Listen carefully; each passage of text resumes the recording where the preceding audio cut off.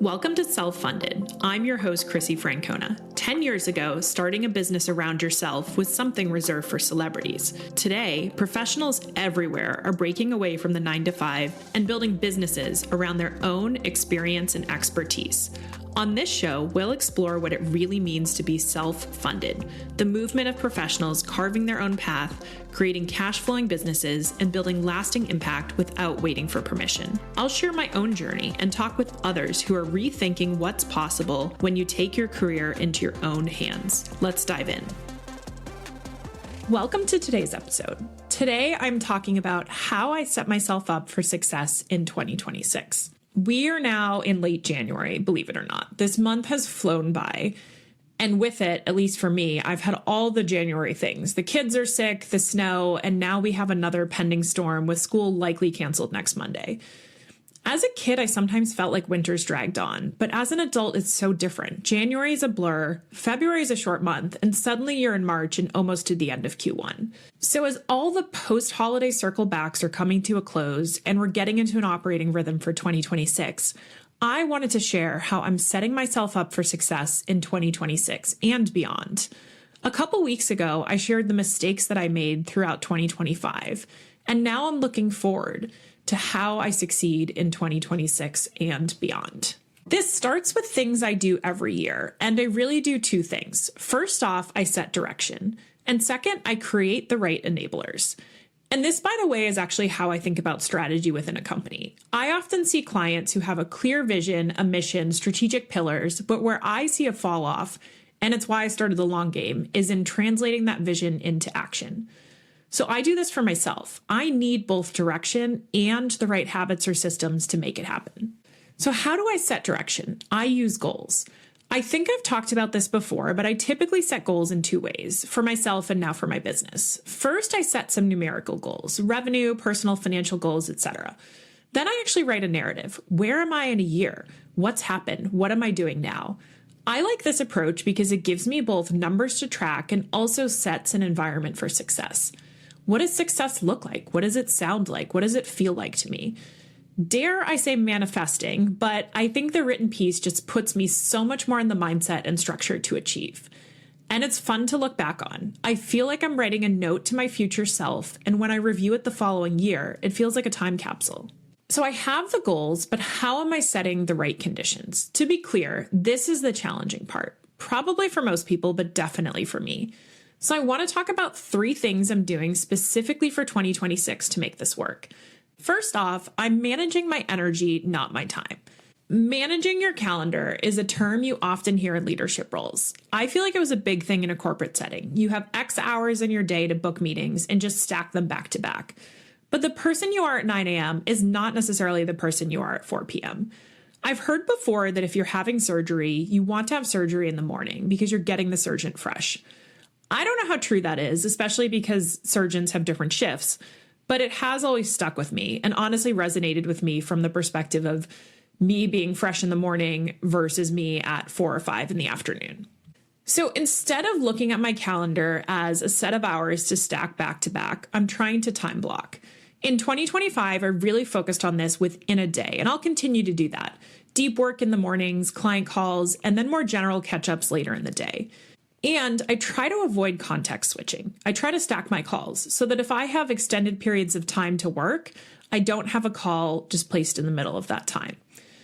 But I also found this month, and it was somewhat by accident, that I could be super productive on Mondays without calls.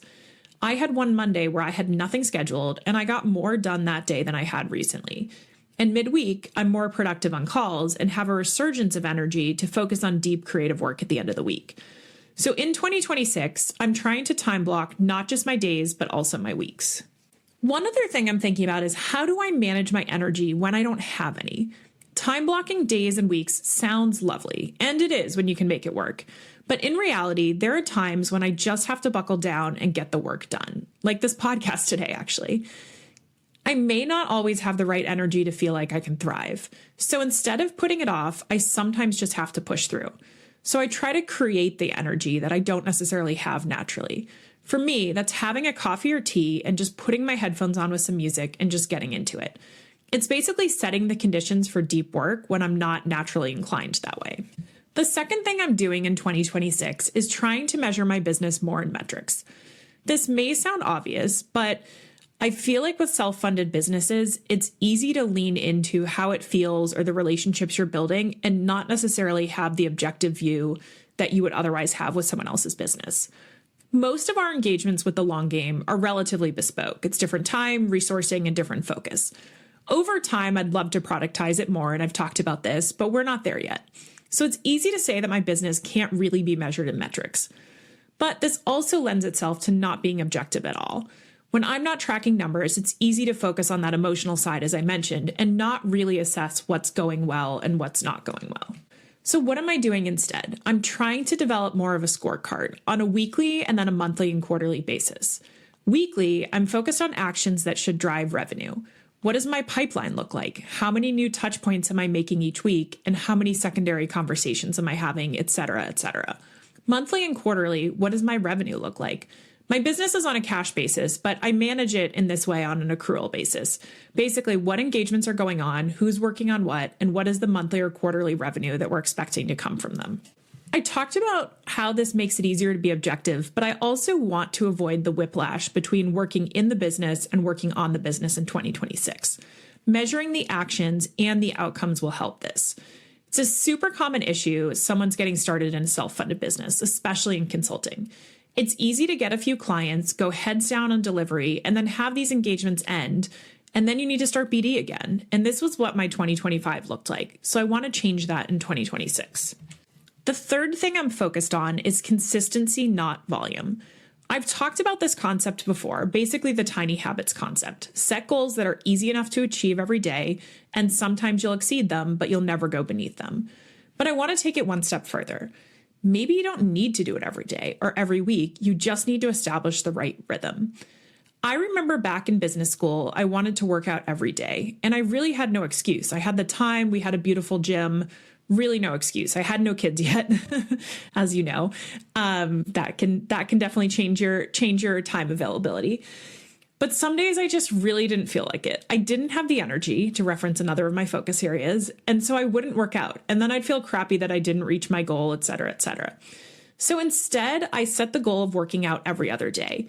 I could always do more, but I didn't have to. And sometimes I did, sometimes I didn't. But I probably worked out more then than if I was trying to do it every day. So how am I putting this into action?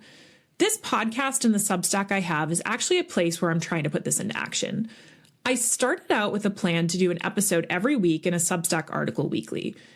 And I've been trying to do 3 interviews and 1 solo episode a month. And honestly, it started to stress me out. The weekly Substack articles just weren't happening. And the episodes every week, especially on the interview side, it just takes a lot to get it done. So I've been thinking about what is more realistic, which still allows me to really go for this and try it out. And for now, I'm still thinking weekly episodes because I know myself as a podcast listener, I like to get a podcast in my feed every week. But moving to shift to 2 interviews a month and 2 solo episodes, and then publishing other articles on Substack just as I have ideas or have content, and we'll go from there. So in summary, I think about setting myself up for success in 2 ways. Number 1 is set the strategy, and number 2 is develop the enablers. Give myself the best chance to succeed. And for enablers, I'm focused on 3 things this year. Number 1 is managing my energy, not my time. Number 2 is using more metrics in my business. And number 3 is focusing on consistency, not volume. So as I wrap this up, I do want to share a big caveat.